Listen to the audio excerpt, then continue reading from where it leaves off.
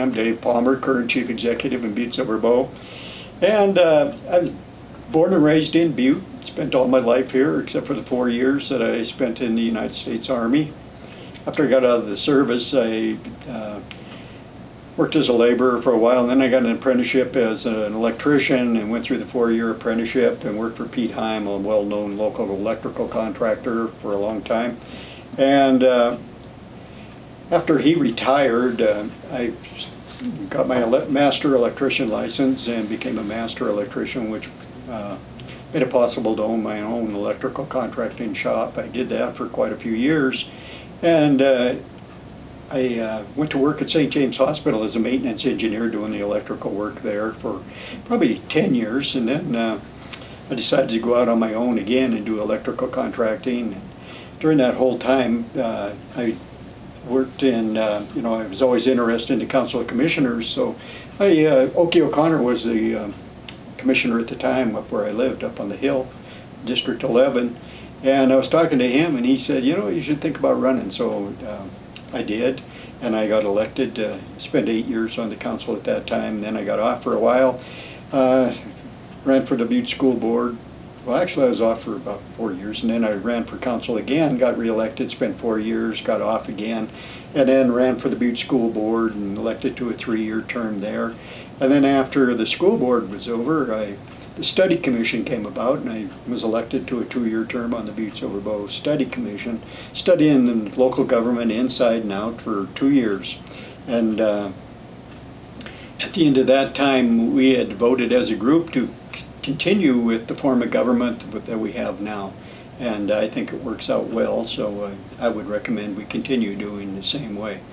After that, I got back on the council, and all in all, I spent 20 years on the Council of Commissioners, and then my last term, I was decided to run for Chief Executive and was lucky enough to be elected. And for the last 3.5 years, I've been Chief Executive of Butte Silver Bow, and it's been a great ride, really. It's been a lot of fun, meet a lot of interesting people, and you get to see a lot of exciting things happening, and you have your chance to push them along. And that's why I think we do have a lot of good happening. It's unfortunate that COVID-19 happened to come about, but we made some tough decisions as a local government to shut down things early, and I think by doing that, we really were able to keep our numbers of cases low in Butte Silver Bow, and I think that we're going to get through this pandemic faring a lot better than the rest of the country. And I had promised, that on June 15th, if our numbers were still low, we would be allowed to go ahead with the 3rd of July fireworks display. And Town Pump has agreed to just hold off until the 15th of June and see what we say. But that's a drop-dead date that they have to know by in order to put that presentation on. I'm sure that our numbers are going to be low because citizens of Butte have been extremely vigilant in following the guidelines set forth by CDC and the governor and our local health department. So by doing that, we have kept the numbers low, and we're moving into phase 2 June 1st.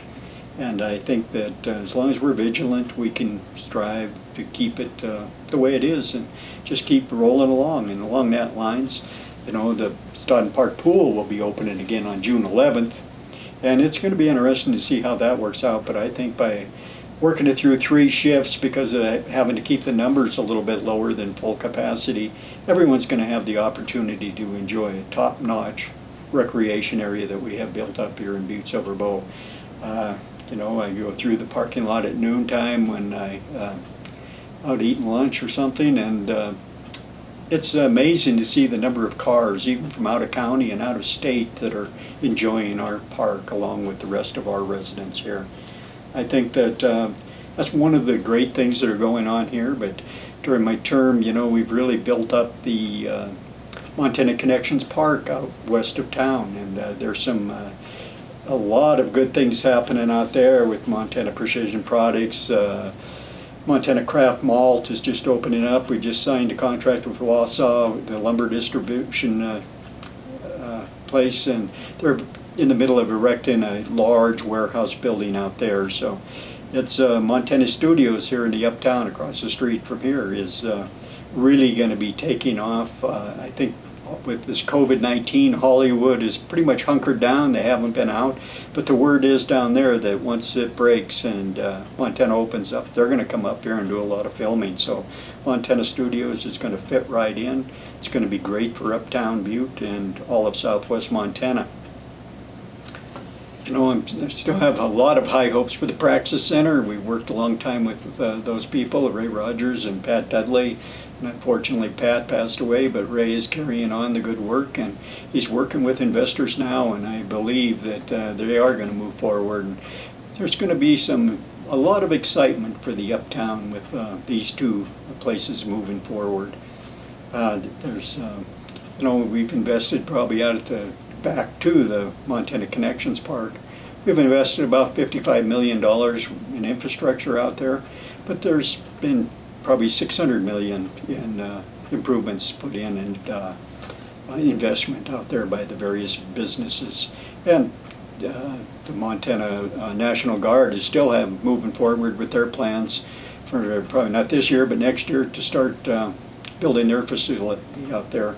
And we just, the council just okayed a land sale option for 160 acres out there to Ryden, which is a subsidiary of Mitsubishi, working on their power plant and their whole power system. As you well know, California has to be using green energy by I think it's 2035. It seems like a long ways away, but it'll come fast. And Mitsubishi wants to be the forerunner and right at the forefront of this green energy. So they're working with the power plant in Delta, Utah, and using hydrogen to fire that plant. And with the salt caverns right around Delta, they will hopefully produce the hydrogen up here in Montana and then pipe it down there and store it in the salt caverns. So it's going to be a game changer, and there's going to be a lot of activity with that production of that plant out there. So along with their hydrogen, they need solar to store energy and produce energy when the sun's shining.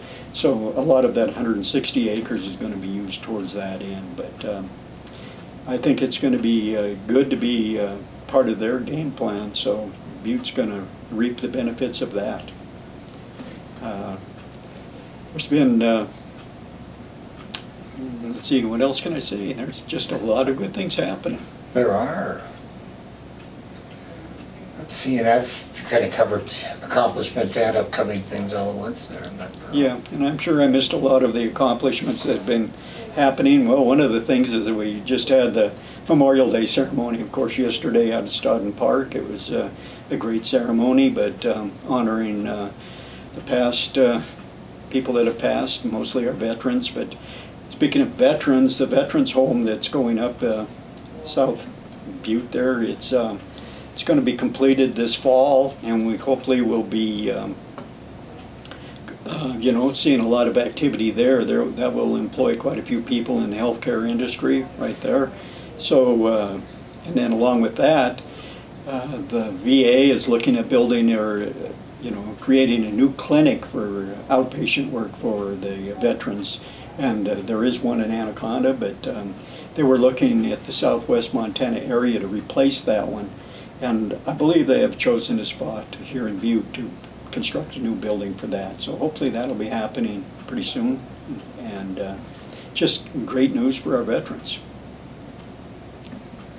right. Well, and of course I can't think of anything because I'm a news guy. So. I'm sure you can come up with something. Right. But, well, that sounds pretty good. So. Yeah. So you know, we got the Precision Products. They were in the middle of a huge expansion out there at Montana Connection, and they were doubling their workforce. But unfortunately, with the COVID-19 affecting the airlines, they were making a lot of parts for Boeing, and that put a stop to that production. So they're slowed down until this COVID-19 rebounds and our economy rebounds from that, and people start flying again. Let's see what else is. out there that I should have brought up. Oh, that's all right. Oh, the Bitcoin out at the industrial park south of town, you know, that they probably invested $100 million in that facility, and you've recently seen on the news where the one in Missoula, because of the value of the Bitcoin halved, they shut down operation over there, and that just helps this one here in Butte. So I expect that to continue to last for quite some time. Another big accomplishment I think that we have made in the last year and a half was FCR call center. You know, we worked hard, our economic development team, and believe me, all of these things are done as a team. It's not I doing this. It's working together as a team with Butte Silver Bow. When I first took office, I put together an economic development team that consists of the economic development people at Butte Silver Bow, but also BLDC, Headwaters, St. James Hospital, Montana Tech. The chancellor's on there, the president of St. James attends the meetings, Chamber of Commerce. So we meet every other week, and Rick Edwards from Northwest Energy brings that energy into it too. So we meet every 2 weeks, and we talk about projects that maybe somebody talked to one person at the BLDC or Headwaters, and it wasn't a good fit for their operation, but when they bring it to the large group, we brainstorm and say, well, who in this group can actually move that project forward? And usually we get an answer, and then we work as a team to move these things forward. So all of these things came through by working together. When I took office, we started going to site selector guild conventions, because these site selectors are key when you're trying to relocate or to get economic development. Because when a company is looking at expansion or relocating to a new part of the country, they more than likely hire a site selector. So when we went to a couple of conventions ago, we asked to do a familiarization tour of Butte, Montana. So 4 of the site selectors, and we had a say in which ones, and there's a lot of expertise in different areas, maybe transportation or manufacturing or whatever. We tried to get a broad spectrum of their group to come to Butte, and they came up here for a better part of a week, and we wined them and dined them and showed them around town and what we had to do, all of our things. And one of the interesting things was they didn't think transportation would ever work, even though we were at the crossroads of I-15 and I-90. But then when we took them out to the Montana Connection Park, and they sat down and talked to the people out there, the truckers and Old Dominion, they're doing so well out there. They had a good-sized facility on one side of the road, but they'd expanded with a much larger facility on the other side of the road. And just recently, their old facility has been leased to Safeway and Albertsons for their distribution center here. So that's another plus for this area, to have that distribution here. They're looking for truck drivers and hiring people, and they're all good-paying jobs. These site selectors, and they're good contacts. We stay in contact with them, and when they get a lead, they might send it our way, and we look at it and see if it's something that we can make work here in Butte, and we try to do that. So, and for the last, ever since I took office and even before, people were crying for, we need more retail here in Butte. So we had worked as a group, and we contracted with Buxton Corporation to this is the analytical company that collects all of the data using people's credit cards or whatever, and they know exactly how much is spent on a particular item in a community, and they put all the information together, and we can present it to a business that they recommend is a good fit. So we were just getting going with that, and we had sent out, so they gave us a list of people that they thought would be good fits for our community, and we selected the top 5 that we wanted to solicit to come to our community.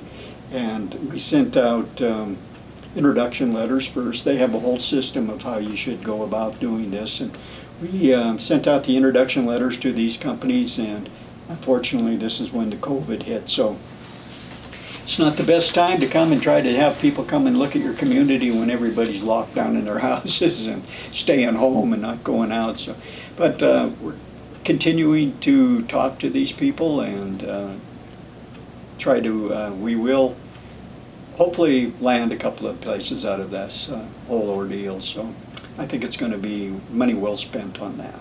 Oh, and we have a pretty good working relation, you know, with the Butte Plaza Mall. We're still striving to get somebody in there.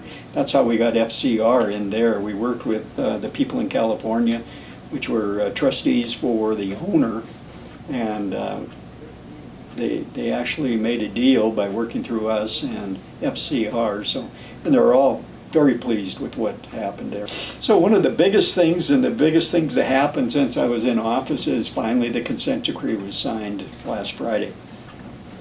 And the Council of Commissioners voted on last Wednesday to authorize me to sign that, and that is huge for Butte because this is a lot, 30 years in the making, but getting rid of that, we're working towards getting rid of that Superfund stigma, if you will, because I think that's been a detriment to bringing in any kind of development. You know, we've been doing real well even with the Superfund stigma, but I think once we get rid of that, and it was a couple of years ago when Doug Benevento came to town and he said, I want this place delisted by 2024. Well, because we sat down and really worked hard on the consent decree. We came up with a conceptual path forward, and then it took probably a year and a half to move that forward to where we could get it signed. There's light at the end of the tunnel. And the huge park that we're going to get out of this and the Butte people are going to be able to enjoy is just tremendous, because, you know, there's just the activity that's going to be going on down there. A lot of construction jobs for the next few years, but once it's done, it's going to be a magnificent park, all the way from Texas Avenue to the other side of Montana Street, which will be the site of an amphitheater, which I hope will be economic development in itself right there. So, and tourism is a huge thing in all of Montana, and I think with the COVID, I think more and more people are looking at Montana on the map because of the way our numbers were kept low, and I think a lot of people are going to be looking, why are we living in a populated city with 1 million people when we could be out there and there's 1 million people in the whole state, and there's plenty of room. I mean, we don't want to grow so large that we're like them, but people are looking at it. You see different people that are, you know, the big, even the movie stars and the big songwriters and singers, they're looking at buying ranches and a place where they can be safe and raise their kids. They're actually thinking outside the box when they're in California and saying, this is where I want to raise my kids. So